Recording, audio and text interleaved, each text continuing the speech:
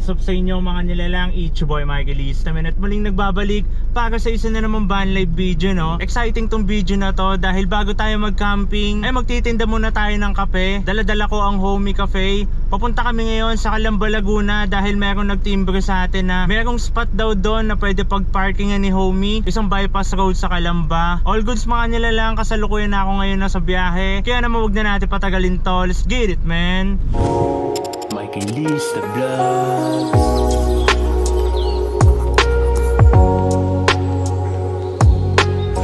All goods mga nilalang, huminto muna ako dito sa Pure Gold Calamba para bumili ng ilang stocks ng gatas dahil wala tayong nabili, no?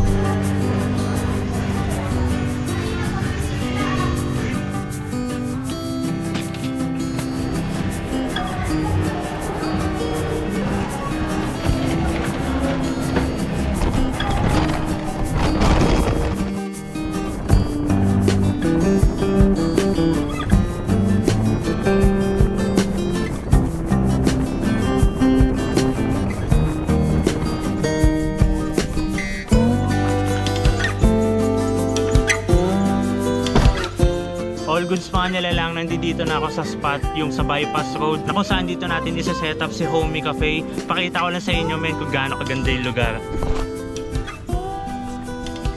Diba all good? Anyways mga nilalang, papahinga lang ako ng konti tapos set up na rin natin to.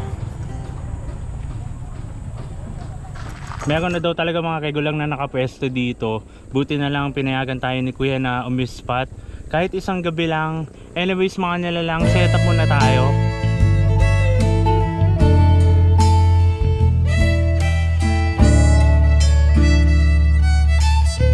All goods mga nilalang, nai-set up na natin yung mga kakailanganan natin sa pagtitinda ng kape. All goods na. At palubog na rin yung araw, medyo dumadami na rin yung mga tao dito. But anyways mga nilalang, ito nga pala yung setup natin.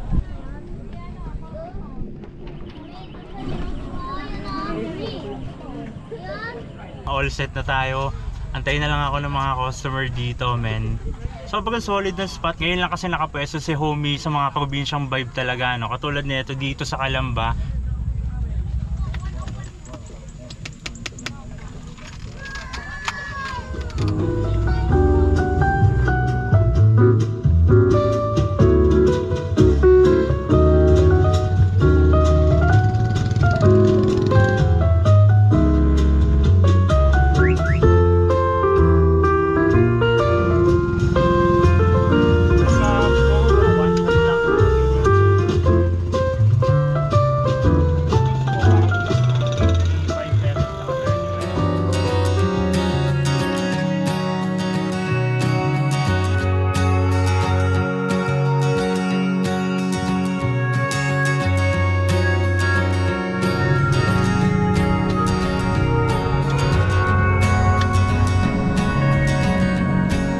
Lumubog na yung araw at medyo dumidilim na at dumadami na rin yung mga tao. Nakakatawa lang dito mga nilalang, no? Dahil nakikita ko yung mga ngiti nila kapag nakikita nila si Homey, lalo na yung loob natin. Bigla tuloy ako naging proud na ako yung gumawa ng loob neto o ako yung gumawa ng interior kay Homey.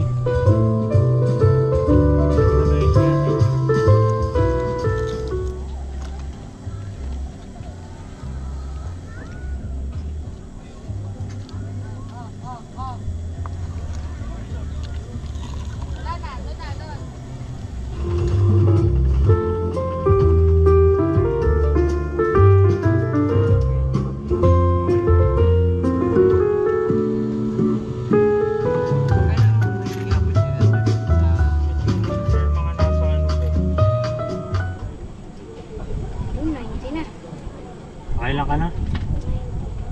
19? Papalit ako sa inyo, walang 4. Wala ko bibili ka eh. As of 8:51 mga nilalang, kumukonti na yung mga tao dito. But anyways, okay lang, nagpapalipas na rin naman ako ng oras. Dahil sa katunayan yan mga nilalang, hindi ko pa alam kung saan ako papark para matulog. Maghahanap pa ako ng spot dito na syempre safe.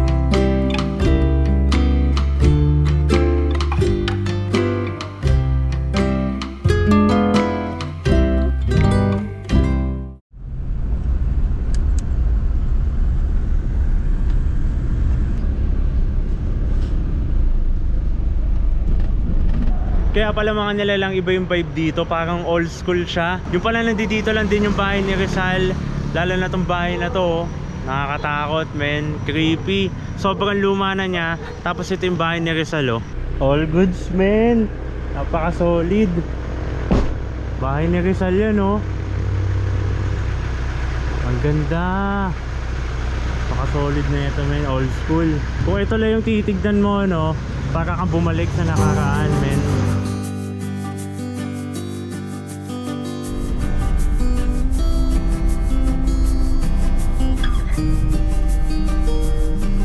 Dito tayo mga nilalang sa McDo. Papasok muna ako sa loob para maghilamos at makapaghugas. At syempre bili na rin tayo ng produkto nila doon. Tapos kung may guard, try natin magpaalam no. Medium kuya, medium wings at saka medium fries. No? Kapag yung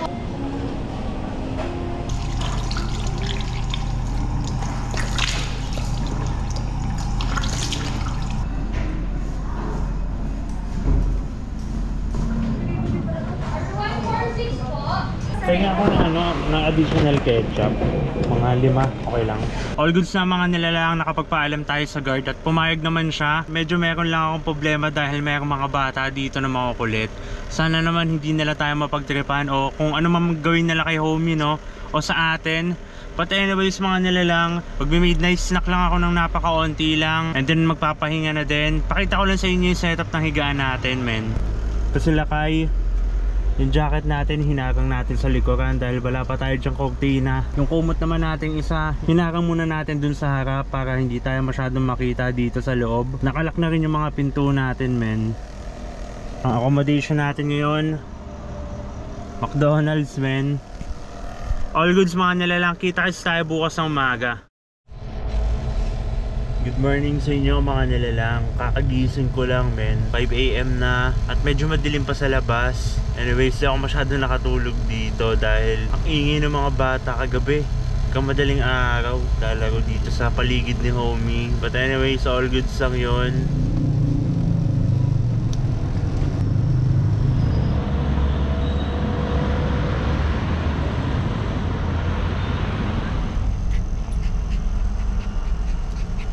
Salamat McDonald's sa accommodation men. Hanggang sa muli. So yun mga nilalang, ang next destination natin is papunta na tayong Liliw, Laguna. Meron tayo na ispatang campsite dun sa internet na ang pangalan ay Lupang Delistis.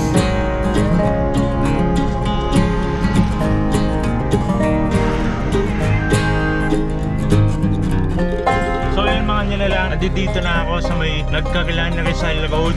Papunta na tayo ng Liliw. Mag-breakfast na muna tayo. Hindi pa ako makain at kumukulo na yung tiyan ko men. So ito yung binili natin kagabi sa McDo. Kain tayo mga nilalang.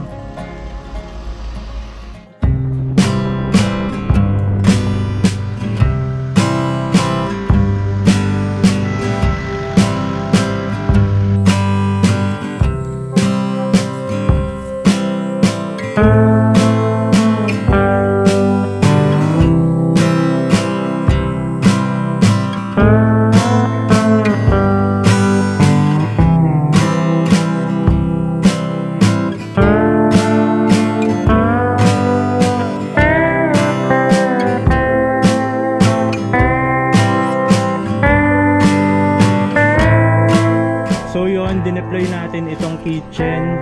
Syempre kailangan natin yan. Dito ko na lang nilagay yung mga lutuan natin. Nagulat lang ako pagbukas ko ng cabinet dito. Dito kasi nakatago yung mga toyo suka natin men. Pagbukas ko nabasag siya. Hindi ko alam kung paano siya nabasag. Kung dahil ba sa biyahe o dahil sa init. At naglagay na rin ako dito ng 2 lamesa para meron tayong mga patungan. At dito naman sa may bandang likod, may extension tayo ng lamesa dito. Dito na rin nakalagay yung mga jug. Pati yung iba natin kailangan, katulad ng mga plato, bowl at iba pa. Dito naman sa loob ni homie, na-setup ko na rin siya. All goods na. Itong upuan natin, shoutout nga pala kay Sir Jack, kay Sir Bancada sa pagbigay sa atin ng ganitong bedsheet men, napaka solid. Isinaksa ko na nga rin pala yung Bluetti para kahit papano nagcha-charge na siya. At sila kay naman, yan, in-uplish ko sila. Dahil itong camping spot na to is gated at bakod. So malaya sila na nakakatakbo dito. At yan naman ang gustong gusto nila. Peace, come. So yun mga nilalang, magla-lunch time na kaya naman magluluto na muna ako. Magluluto na lang tayo ng mabilisan. Meron akong biniling manok dito kanina sa palengke.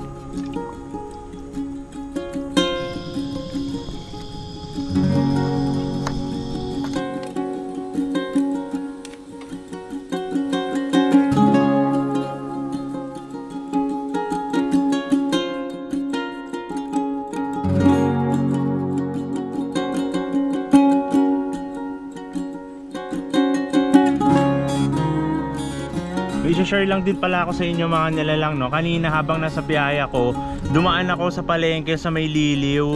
Iba na pala yung palengke doon. Kasalukuyan nare-renovate daw, kaya nilipat sa ibang pwesto malapit sa simbahan. Naubusan ako ng butane kaya naghahanap ako. Halos ilang minuto rin ako naglalakad doon para makahanap ng butane hanggang sa nakita ko to. Yung ganyang butane mga nilalang, no, is hindi talaga ako gumagamit. Yung mga nirefill lang. Sa kadahilanan nga na mas delikado siya. At napakakonti lang ng gas sa loob. Pero dahil nga kailangan natin at wala na akong mabilhan, ginaw na natin siya. All goods naman na. Kaso nga lang medyo may problema. Kailangan ko siyang kalangan dito. Dahil itong pinakang nguso niya is hindi nakalapat ng maayos. Lumuluwag siya kusa. Hindi ko kasi naalala na isa na lang pala yung butane na ginagamit ko at wala na rin tong laman. Anyways, sila kayo nga pala dito ko muna pinagpahinga. Dito sa parang cottage nila dito na tipi. Kanina pa kasi naglalaro yung mga yan, sobrang init na. Kaya sinabi ko dun muna sila magpahinga. Kita nyo naman hingal na hingal pa men. All goods na siguro to. Kakain na muna ako at dito na lang sa loob. Masyado na mainit sa labas. Tirik na yung araw. Hindi ko alam kung bakit ganito kainit ngayong araw na to. Kain na muna tayo mga nilalang.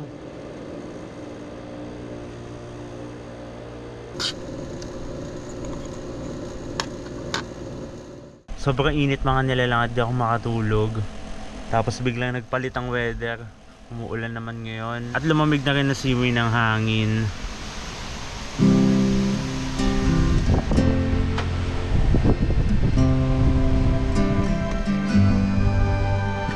Kai! Nandito sila sa may gubo.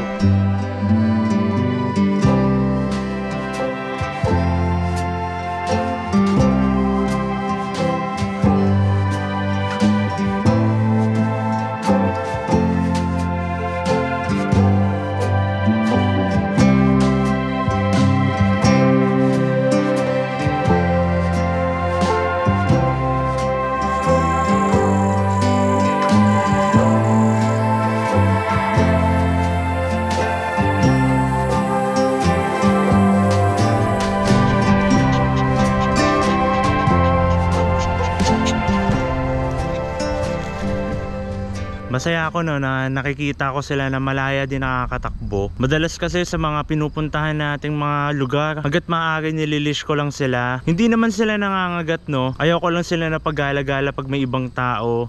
At lalong lalo na pag may mga ibang aso. Lalong lalo na si Kai dahil sumasama talaga siya sa mga aso. Bumabalik naman siya sa atin, yun nga lang napakatagal.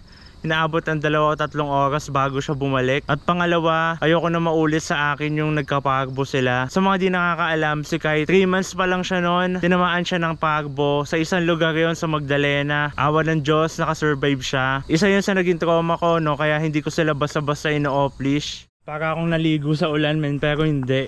Pawis yan. Nagsisetup kasi ako na ipopromote nating tent, which is ito. Kakatapos ko lang siyang setupin. Medyo matagal din ako hindi nakapagtayo ulit ng tent, kaya feeling ko parang nahirapan ako. Itinayo ko lang siya para litratuhan. Hindi ko muna siya mabibigyan ngayon na rate sa kadahilanan na may issue yung tent na to. May issue yung pinadala sa atin men. Yan o, tanggal yung sim tape. Pati dun sa kabila, maluwag yung loob. Kahit nga 5 yung nasa loob, kasya. Tapos isa dito sa labas. All goods naman sa akin yung tent. At meron pa dito na hindi ko na sinet up sa kadahilanan na may sira din.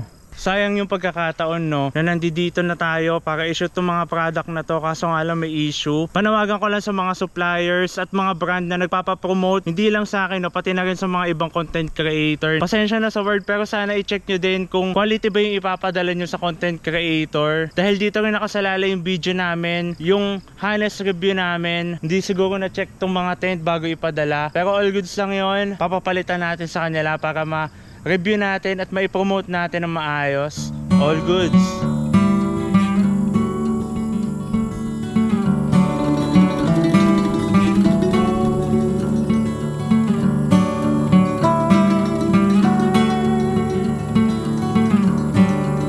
All goods mga nilalang, sobrang solid men. Masarap lang din sa pakiramdam na na-share ko sa inyo, na ibabahagi ko sa inyo yung kwento natin, yung mga ginagawa natin sa buhay kahit papano. Masaya ako doon at naisip ko lang din no, na napakasarap talaga mabuhay, lalong-lalo na pag nagagawa mo yung gusto mo. Nagsimula yun nung matuto ako makontento sa kung ano meron ako. Kaya naman doon ko napatunayan na kapag nakontento ka, ang buhay sobrang simple men. Na-realize ko din, lately lang din nagkakasakit ako. May mga time na nanghihina na ako physically. Hindi ko alam kung sa pagsisipag ko ba bumibigay na rin yung katawan ko men. Pero all goods lang yon.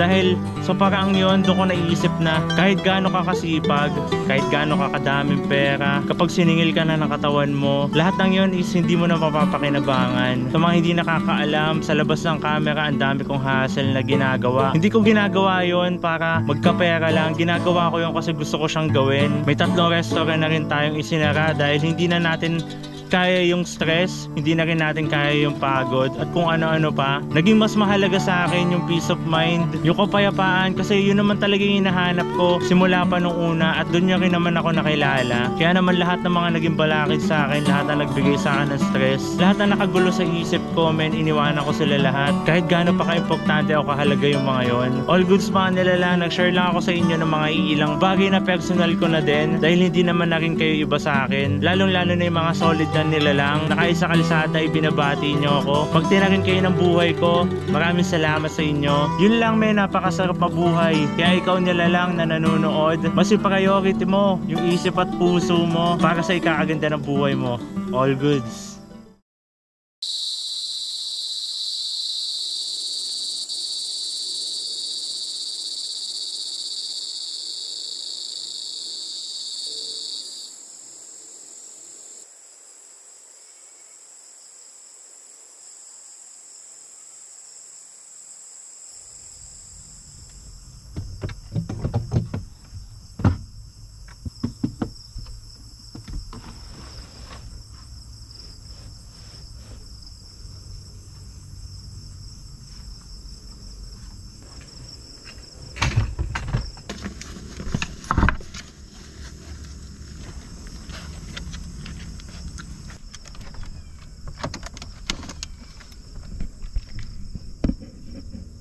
All set na mga nilalang, sila kay nandoon na sa mga higaan at tulugan nila. Anyways mga nilalang no, may mga nagko-comment kasi na sana yung mga aso ko daw is masarap din yung tulog kagaya ko. Dahil akala nila mga nilalang no na sa labas lang natutulog sila Kai tsaka si Peace. Syempre bago tayo matulog, inaayos ko muna yung hihigaan nila. Kung hindi ko man na isasama sa mga video yon, pasensya na kayo, pero huwag kayong mag-alala. All goods lang sila lagi. Pagkain nila at tutulugan nila, all goods mga nilalang. Magpapahinga na din ako, medyo hindi kasi ako nakatulog kaninang umaga ng maayos dahil nga sa mga bata. Papahinga na muna ako mga nilalang. Kita kasi tayo bukas ng umaga.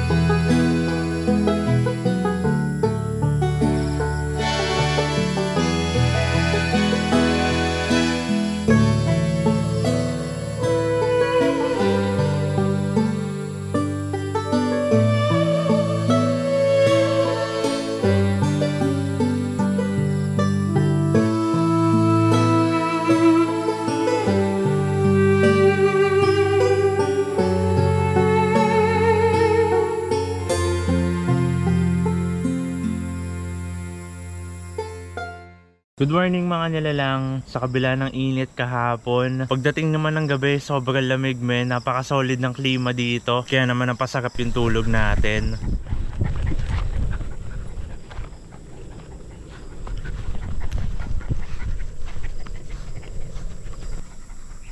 Let's go na, let's go.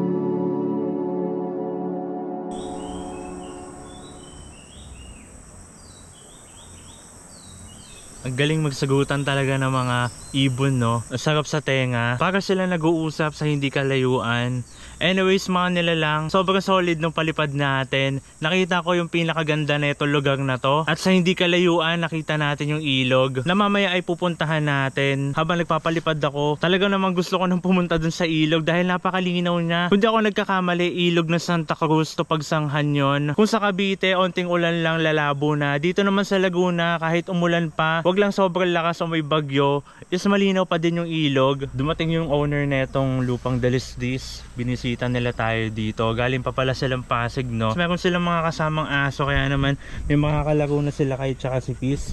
Mamaya papakita ko sa inyo, no?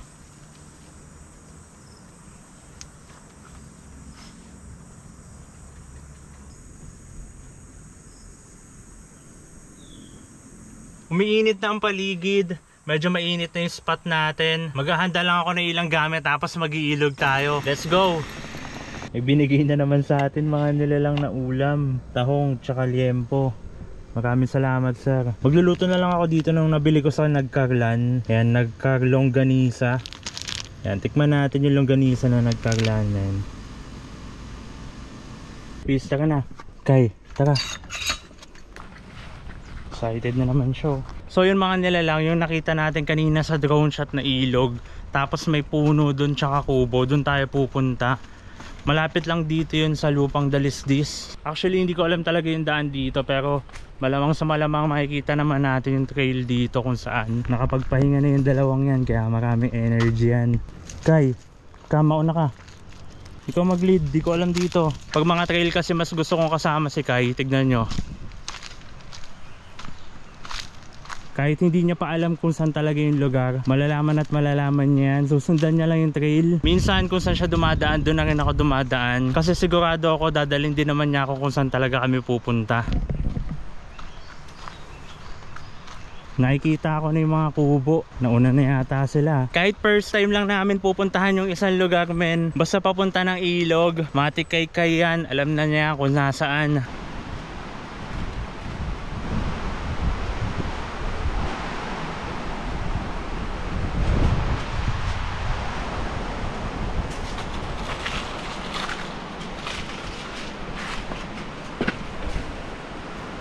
Namo, bababad na yan. Diba? Basta ilog, di magpapahuli yan si Kai. All goods, na-miss ko tong mga ganitong spot. Appreciate muna natin yung lugar men.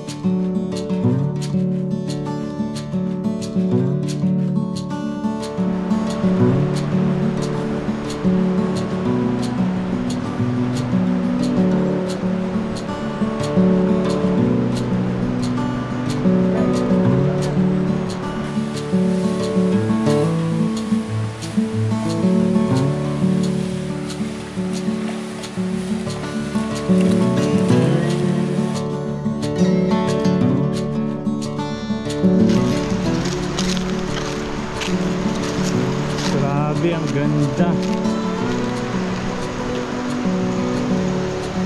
Solid. At tumawid ka na. Patay tayo sa'yo. Lapit dito, Cam. Alam mo, tinatangay ka.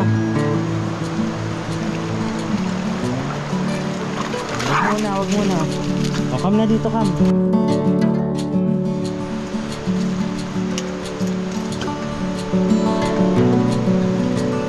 Kain po. Si Kai, mga nilalang, bumalik na doon. Pinukulit kasi nito. Napikon sa kanya, Peace. Cam. Nakulitan kay Peace. Pinakagat-kagat niya, kaya pumalis na lang, bumalik na doon sa campsite. Ang lamig. Sarap ng tubig, mga nilalang. Namiss ko ang ilog. At namiss ko din yung mga ganito kalamig na ilog, men. Si Peace, oh. Dito ka lang, oh. All good.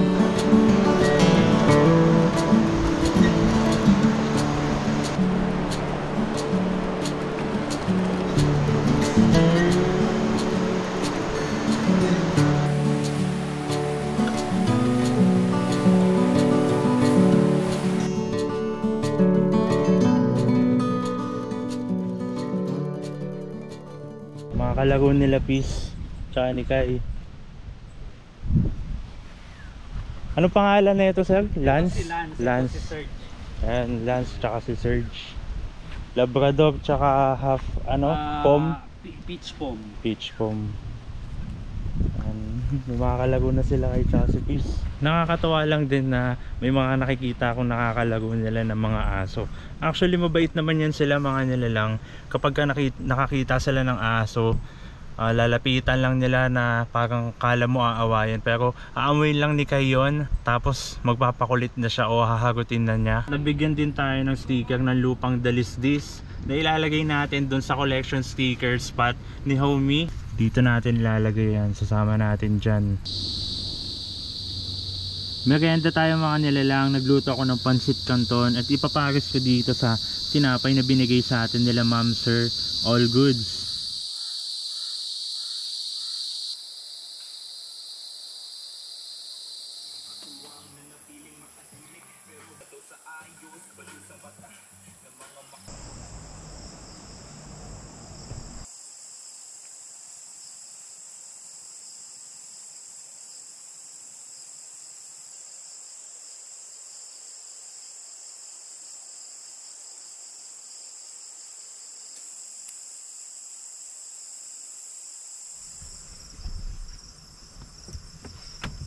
All goods, mga nilalang. Isang napaka solid na experience na naman ang maidadagdag natin sa ating memories. Sobrang solid ng araw na to. Kaya naman is time na para magpahinga na muna kami.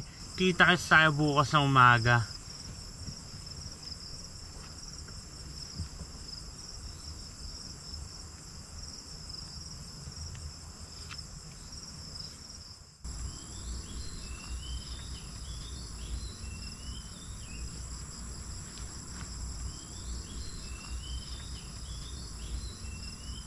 Maganda buhay sa inyo, mga nilalang. Napakasarap gumising, men. Habang naririnig mong umaawit yung mga ibon, habang nararamdaman mo yung lamig sa balat mo, magandang buhay, mga nilalang.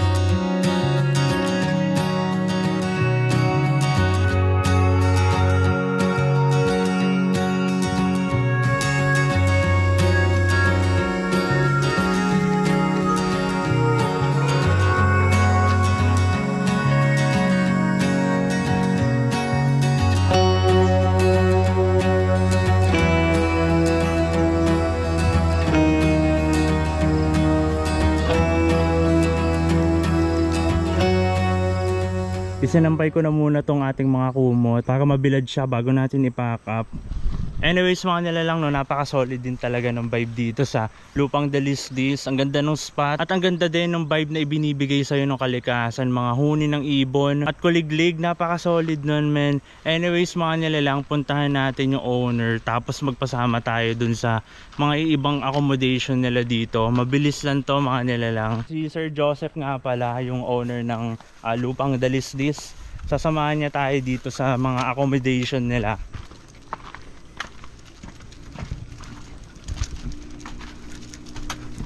So yung mga nilalang sa mga walang tent or ayaw mag-tent na gusto matulog lang sa kubo, meron sila dito mga kubo na for rent. Silipin natin. So magkano yung mga ganitong kubo sir pag nirentahan? Actually, itong kubong natin to is 2 to 3 person. 1,500 siya per night. Kompleto na naman yung setup. Meron na rin tayong towel, blanket, just in case na medyo malamig sa gabi. At yun nga lang, electric pan lang po siya. Oh, pero malamig naman sa gabi kaya all goods lang. Yan, kompleto na pala siya. May electric fan, may mga beddings, may mga kumot na rin. Yan, all goods sa halagang 1,500 lang. Overnight na yun sir, no? Overnight, good for 3 persons. All goods ka na. Yan, ito yung kubuan nila. Tapos may kubo din dito. So matotal sir, ilang kubo ang mga meron kayo dito? For now, yung pinare-rent namin is 2 lang. Kasi yung isa, ginagamit namin. Pero maybe some other day or next time, pag nagkaroon kami ng isa pa, ipaparent na namin yung mas maraming ikaya i-accommodate kasi okay. yun. Kasi may terrace rin. Yun mga nilalang. Sir, pwede ko bang matanong kung ano yun? Bintana ba yun? Yes, bintana to. Kumbaga, may sliding lang siya. Tapos very nice. hindi rin naman siya kayang pasukin ng lamok kasi may mga screen. Opo, tama. Tapos meron din tayong mga parang sa Tagalog, arinola. Pag tinatamad po kayong kailangan nyo. bumaba. At syempre may electric fan din. Kung kailangan nyo ng saksakan, meron din siya kabilaan. Probinsya vibe na yung mangyayari sa'yo dito pag dito ka nag-book. Pwede ko bang malaman kung ano nga ba yung rates dito sa Lupang Dalisdis para maibahagi natin sa mga viewers natin na nilalang kung magkano?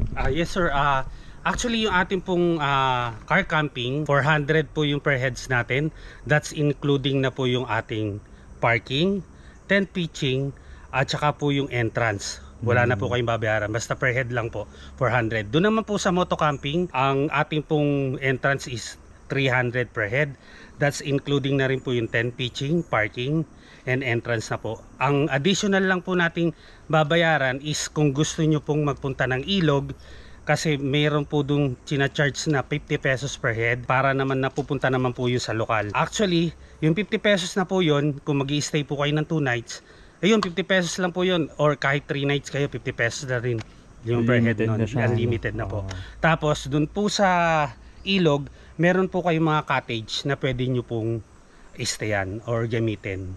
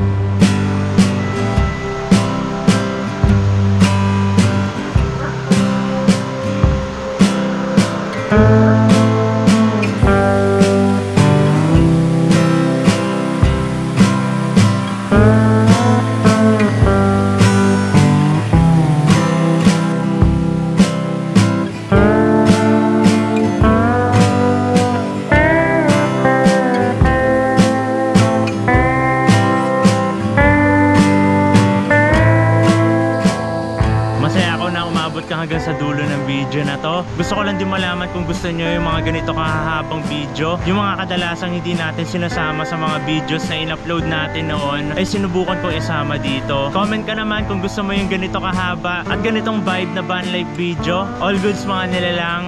Dito ko natatapusin tong video na to. Sana ay naisama ko kayo sa kalikasan at sa kwento ko. Maraming salamat sa panonood mula sa amin ni Kai at saka ni Peace. It's your boy Michael Eastaman. Peace.